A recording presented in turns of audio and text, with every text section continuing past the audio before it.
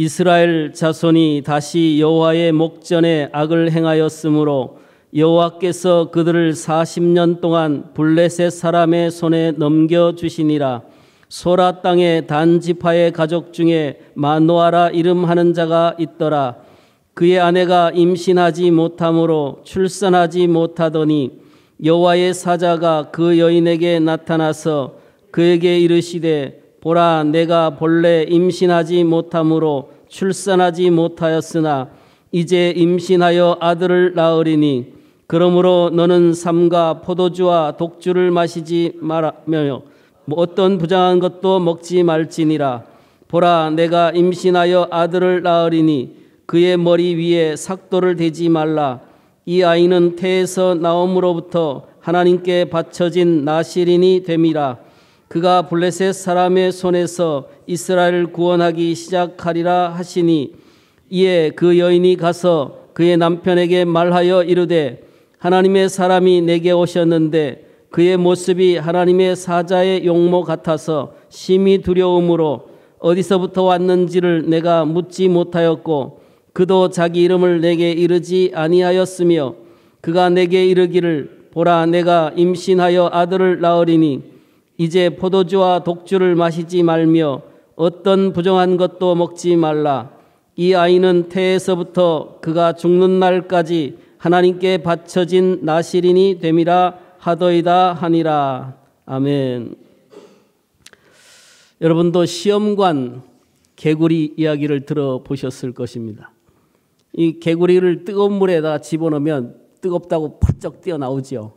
그런데 개구리가 찬물에 이렇게 집어넣고 밑에서 서서히 불을 떼면 점점 뜨거워지고 마침내 익어가지고 살이 익어서 죽는 데까지 가면서도 개구리는 그 안에서 수영을 하면서 이야 시원하고 좋구나 하고 있는다는 겁니다.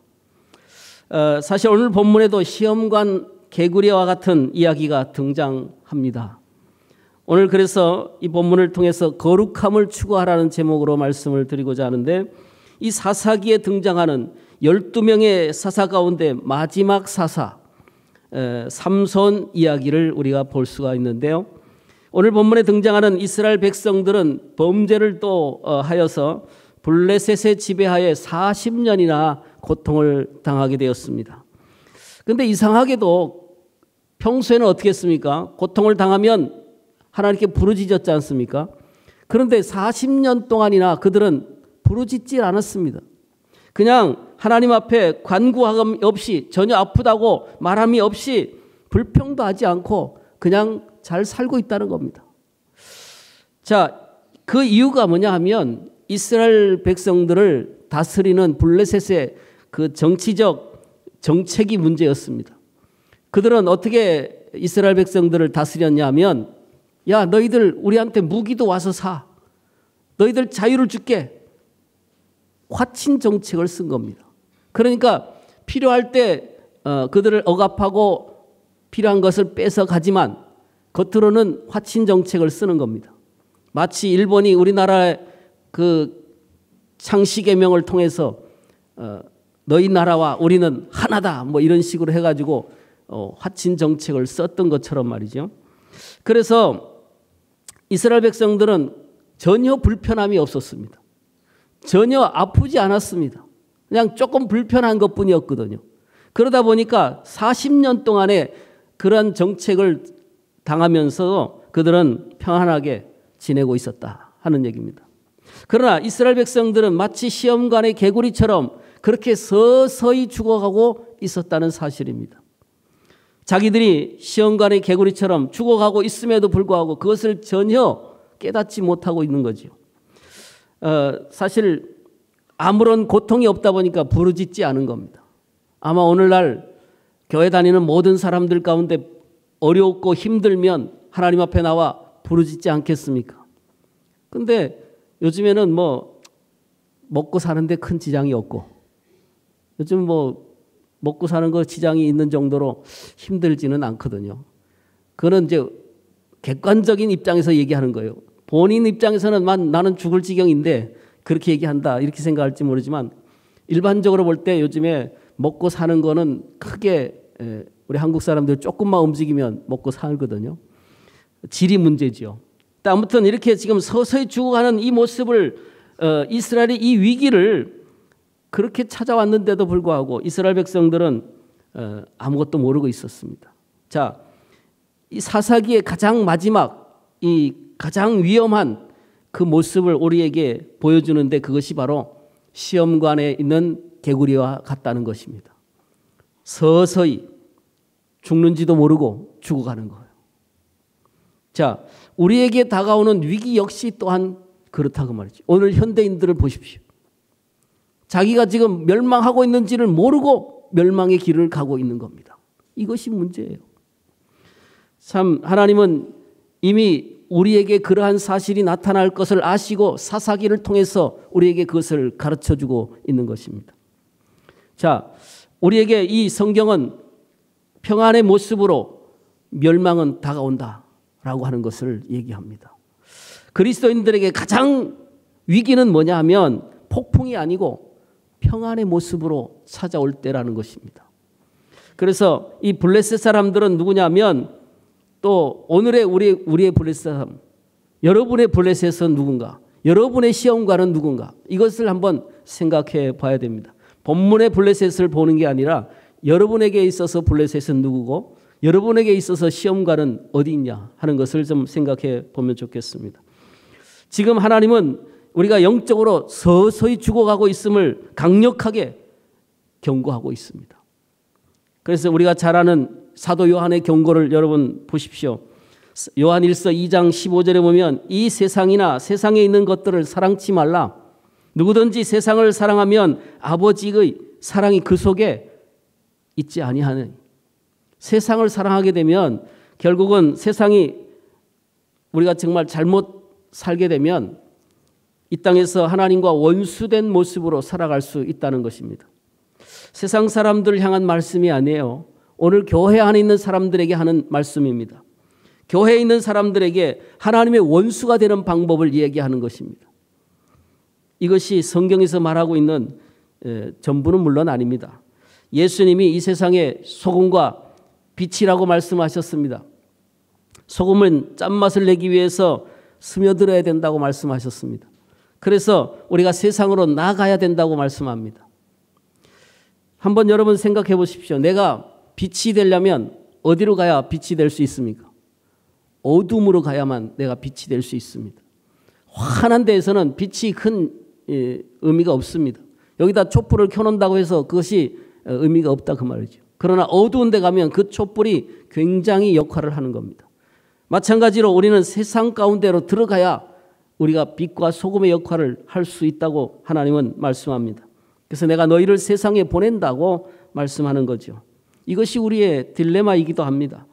세상에 나가서 정말 가치관이 다른 사람들과 우리의 가치관을 송두리째 삼킬 그런 시험관 속에 들어가 우리가 서서히 죽지 아니하고 그 가운데서 빛을 발하고 소금을 역할을 할 수 있는 그런 사람들이 돼야 되는데 우리가 정말 어떻게 하면 그 시험관 속에서 어떻게 하면 세상 속에서 살아남을 수 있는가 하는 것이 오늘 본문에 명쾌한 대답이 있습니다. 자, 어떻게 하면 되는가? 첫째로 세상을 경계하면서 세상에 나아가라 그렇게 말씀합니다. 우리가 읽은 이 13장의 이야기는 사실 삼손의 이야기가 아닙니다. 그 부모에 관한 얘기죠. 그래서 삼손이라는 유명한 인물에 묻혀서 경건하고 정말 이름조차 알려지지 않는 삼손의 이 부모의 이야기를 다루고 있다는 것입니다. 이들은 굉장히 뛰어난 믿음을 가졌고 굉장히 경건한 사람들이었습니다. 2절에 보면 이렇게 얘기합니다. 소라 땅 단지파의 가족 중 마노아라 이름하는 자가 있었더라. 그 아내가 잉태하지 못함으로 생산하지 못하더니 이 삼손의 부모는 단지파 사람이라고 하는 것을 얘기하고 있습니다. 여러분 이게 왜 중요하냐면 단지파는 사실 자기들이 분배받은 그 땅을 거기서 살기를 거부하고 더 좋은 땅을 찾아서 북쪽으로 올라갔습니다. 그래서 라이스라고 하는 곳에 가서 집단으로 거주하게 된 지파가 바로 단지파입니다. 그런데 그 단지파가 다 갔음에도 불구하고 이 삼손의 부모는 그 자리에 그냥 원래 하나님이 지정해 준 그 자리에 남아 있었다는 겁니다. 그것이 중요합니다. 참 사실 어려워서 다들 딴 데로 떠나갔는데도 불구하고 그들은 여전히 거기서 하나님의 명령을 따라 말씀을 따라 경건하게 신앙생활을 잘하면서 버티고 있었다 그 말이지. 자, 그들은 어려운 문제가 왔을 때 피하고 도망가는 것이 아니라 오히려 그곳에서 그 문제를 향해서 하나님 앞에 기도하며 경건하게 거기서 열심히 버티고 있었다 이 말이죠. 사실 자식이 없다는 게 이게 좀 문제이긴 합니다. 자식이 없다는 게. 물론 우리가 볼 때는 자식이 없으면 요즘에 무자식이 상팔자라고 하는데 그것이 뭐 문제겠는가 이렇게 얘기할지 모르지만 그 당시 문화적으로 볼 때는 자식이 없다는 얘기는 그 기업을 물려받지 못하고 사람 취급을 못 받는 거예요. 그러니까 자식이 없다는 게 굉장히 큰 문제입니다. 희망이 없는 거죠. 자, 그래서 삶의 의미도 없고 그런 고민 가운데 그들은 그럼에도 불구하고 하나님을 섬기며 그 자리에서 있었단 말이죠. 그런데 어느 날 하나님의 사자가 찾아왔습니다. 그리고 놀랍게도 아이를 약속해 줍니다. 오늘 우리는 말로 하면 기적을 약속하고 있습니다. 이 새벽에 오늘 기적이 필요하신 분이 계십니까? 그렇다면 오늘 이 본문을 잘 들으셔야 됩니다. 어떻게 하면 우리가 기적을 만날 것인가? 어떻게 하면 하나님이 약속해 주는 기적을 체험할 것인가? 이 힘든 시험관 세상 속에서 어떻게 하면 우리가 벗어나서 승리할 수 있는가 말이죠. 하나님은 삼손의 부모에게만 기적을 약속하고 있는 것이 아닙니다. 오늘 이 말씀을 듣고 있는 우리 모든 성도들에게도 기적을 약속해 주셨고 이미 우리에게 주셨습니다. 자, 죄를 이기는 기적을 우리는 이미 받았습니다. 이 땅에서 거룩하게 살 수 있는 그러한 능력을 우리는 이미 받았습니다. 기적이죠. 그리고 세상 시험관 속에서 우리는 세상을 따라가는 일들이 아니라 오히려 그 세상 속에서 세상을 변화시킬 수 있는 그러한 능력을 부여받았습니다. 하나님이 우리에게 베푸신 기적들입니다. 다만 우리가 그것을 받아들이기를 거부하고 그것을 우리가 실행을 안 할 뿐이죠. 세상에 지지 않고 세상을 이길 수 있는 이 속에 정말 위대한 기적이 있음에도 불구하고 우리는 이 약속을 믿지 못하고 또 이 약속을 우리가 스스로가 어기고 살아간단 말이죠. 자, 약속을 주시겠다, 자식을 주시겠다 하는 그 약속보다 우리가 세상을 이길 수 있는 이 약속보다 더 강한 게 어디 있습니까? 더 큰 기적이 어디 있습니까? 삼손의 부모보다 더 위대한 약속들을 이미 우리는 받았고 우리는 이미 그 기적을 누리고 있습니다. 우리 안에 성령님이 거하신다는 놀라운 사실. 성령님이 우리 안에 계세요. 그런데 이 성령님은 옛날 구약 시대에는 성령님이 나갔다 들어갔다 하셨습니다. 그런데 지금 은혜의 시대, 이 신약 시대에서는 성령님이 나갔다 들어갔다 하지 않습니다. 절대로. 우리 예수 믿는 그리스도인들은 이 안에 한번 들어오신 성령은 절대 나가지 않습니다. 이제 이걸 분명히 알아야 됩니다. 자, 그래서 삼손의 부모보다 더 위대한 성령의 능력을 더 믿고 살아가는 우리들이 이 세상에서 지지 않고 살아갈 수 있는데도 불구하고 성령님께 순종하기만 하면 우리가 세상을 이길 수 있는 능력을 가졌음에도 불구하고 그렇지 못하게 그냥 우리는 늘 지고 산단 말이지. 자, 그날 삼손의 부모에게 찾아오셔서 약속이 뭐냐? 하나님은 기적만 약속한 게 아니고 그 기적에 따르는 무엇을 주셨냐면 명령을 주셨습니다. 오늘 우리에게도 마찬가지입니다.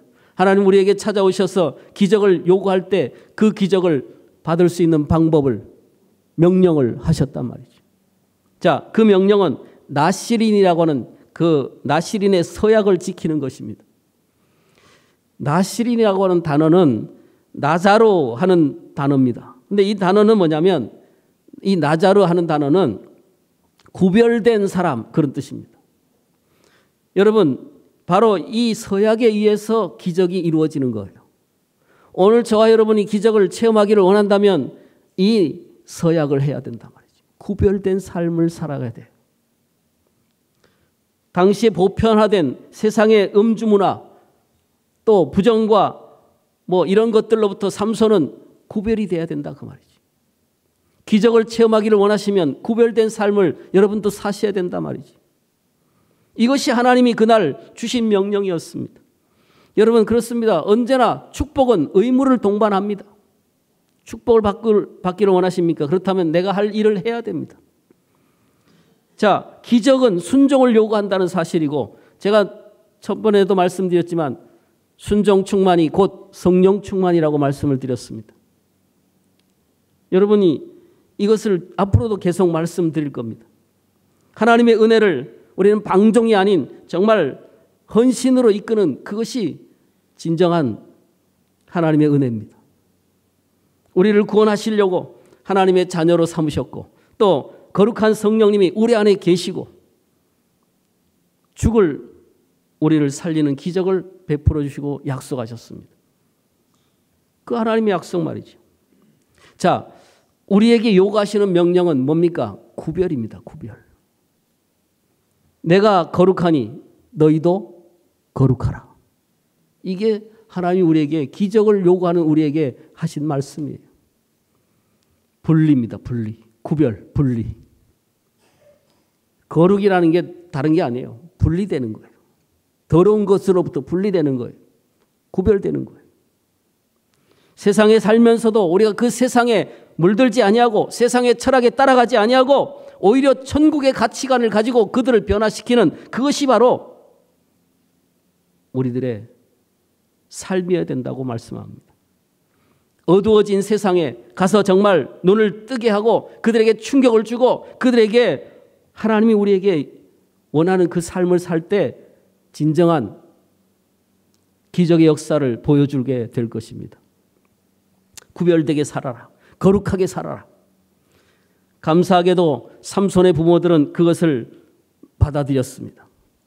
그래서 이 사실 삼손이 비록 한때이지만 어렸을 때이지만 이 명령을 지켰습니다. 그 명령을 지킬 때 삼손의 삶이 어떤 일이 났는가? 놀랍게도 오늘 본문에 보면 이렇게 얘기합니다. 24절 25절입니다. 우리 한번 24절 25절을 같이 한번 읽으면 좋겠습니다. 24절 25절 시작. 그 여인이 아들을 낳음에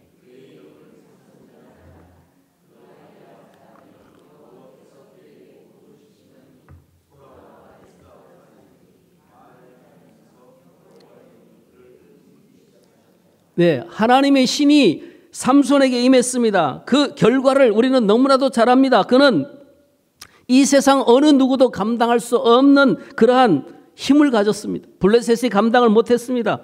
시험관 세상이 감당할 수 없었다 그 말이지요. 여러분 그에게 놀라운 하나님의 능력이 나타났는데 그것이 뭐냐? 하나님의 신이 임했습니다. 다시 말하면 성령이 임하시면 우리도 세상이 감당할 수 없는 능력을 갖게 된다는 사실입니다. 성령이 임하셔야 돼요. 근데 여러분 성령이 어디 가서 뭐 요즘에 보니까 이러더라고요. 이게 뭐냐 그랬더니 성령을 빨아들인다고. 들으라고. 내 안에 이미 계신 성령을 이상한 사람들이 많아요. 여러분 블레셋을 정복하는 것은 다른 게 아닙니다. 세상의 시험관을 정복하는 것은 우리는 이미 다 가지고 있습니다. 다른 방법이 없어요. 성령의 역사밖에 없습니다. 거룩입니다. 거룩. 세상과 구별입니다. 무엇이 우리를 이 세상의 가치관으로부터 무엇이 이 세상의 시험관 세상으로부터 우리가 승리할 수 있는가? 오직 한 가지뿐입니다. 세상과 다르게 사는 겁니다. 세상과 다르게 살아야 돼요. 똑같이 살면서 기적을 바란다는 것은 말도 안 되는 거예요. 성령께 순종해서 사는 겁니다. 다른 방법이 없어요. 우리는 구원을 받은 사람입니까? 그러니까 말씀 한마디로 정말 천지를 지으신 그 하나님의 말씀에 순종하는 것. 그것이 바로 예수님이시고 예수님이 이 땅에 오셔서 십자가에서 우리를 대신해서 우리를 구속하기 위해서 우리를 구원하시기 위해서 죽으셨습니다. 목숨을 주고 우리를 구원하셨습니다. 그렇기 때문에 우리는 하나님의 자녀가 됐고 이 안에 성령께서 오셨고, 그러니까 이건 보통 일이 아닌 거예요. 그런데 왜 우리에게는 기적이 없고 왜 우리에게는 승리가 없을까요? 왜 성령님을 모시고 사는 우리가 아무런 기적이 나타나지 않고 세상에 나가기만 하면 실패하고 세상에서 지고 세상의 사람들의 손가락질을 받고 개독교가 되고 그렇게 됐는가 말이죠. 프랜시스 셰퍼라고 하는 사람은 이렇게 진단을 했습니다.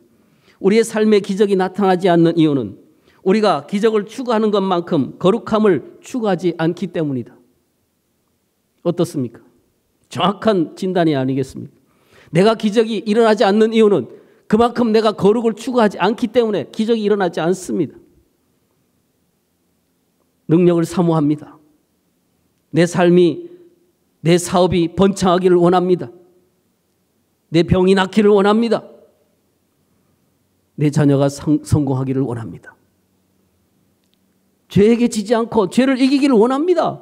그런데 왜 우리는 늘 지느냐 말이지. 늘 실패하고.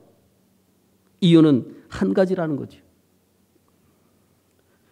하나님의 능력을 원하고 성령이 임하기를 그렇게 원하는데, 우리 가운데 기적이 일어나기를 그렇게 원하는데 거룩함을 사모하는 자들이 없다는 거예요. 거룩함을 사모하는 자들이 너무 적다는 거예요. 이것이 우리가 실패하는 이유라고 성경은 얘기하고 있는 겁니다. 거룩함이 없는 곳에 하나님의 기적은 없습니다. 하나님을 이 마누아에게 나타나서 그들에게 기적을 약속하면서 분명히 말씀하고 있습니다. 놀라운 기적을 약속하자마자 그들에게 명령을 주십니다. 나시린은 구별이라고 지금 말씀드렸습니다. 삼손의 이야기를 누가 모르겠습니까? 그가 하나님 앞에 언약을 지키지 못하고 머리를 잘랐을 때 그는 모든 걸 잃게 됐고 비참한 인생을 살게 됐습니다. 상징입니다. 머리카락을 자르는 것은 구별됨의 그 상징이에요. 여러분, 구별되게 살았을 때 능력이 나타났었어요. 그러나 그가 구별됨을 버리고 머리를 잘랐을 때 그는 비참하게 눈을 뽑히고. 여러분, 기적이 필요하십니까? 그렇다면 거룩함을 사모하셔야 됩니다. 여러분에게 반드시 기적이 일어날 줄로 여러분 믿으셔야 됩니다. 그러면 사도 바울이 우리에게 이렇게 세상에 있는 그 어떤 기적보다 더 큰 기적을 로마서 1장부터 11장까지 쫙 설명하고 나서 12장 1절에 가서 딱 이렇게 얘기를 합니다. 12장 2절입니다. 너희는 이 세대를 본받지 말고 이 세상을 본받지 말고, 이걸 원어적으로 표현하면 이렇습니다. 이 세상의 철학을 너희 속에 짜넣지 말고, 그런 뜻입니다. 세상을 본받지 말라. 세상을 너희 속에다 짜넣지 마라. 그 말이에요. 여러분, 세상 철학이 무엇입니까? 성경은 세상에 대해서 아주 구체적으로 우리에게 말씀합니다. 그리고 경고합니다. 디모데후서 3장 1절로 5절에 보면 내가 이것을 알라 말세에 고통하는 때가 이르니 사람들은 자기를 사랑하며 돈을 사랑하며 자긍하며 교만하며 회방하며 부모를 거역하며 감사치 아니하며 거룩하지 아니하며 무정하며 원통함을 풀지 아니하며 참소하며 절제하지 못하며 사나우며 선한 것을 좋아하지 아니하며 배반하며 팔며 조급하고 자고하고 쾌락을 사랑하기를 하나님 사랑한 것보다 더 좋아하고 경건의 모양은 있으나 경건의 능력은 부인하는 자들이 이 같은 자들에게서 내가 돌아서라 말씀합니다. 이게 구별이에요. 하나님은 이 말씀을 2000년 전에 우리에게 이미 알고 가르쳐 주신 거예요. 요즘 이 세상에 여러분 어떤 문서가 이 같은 것을 더 정확하게 진단해 놓고 있습니까?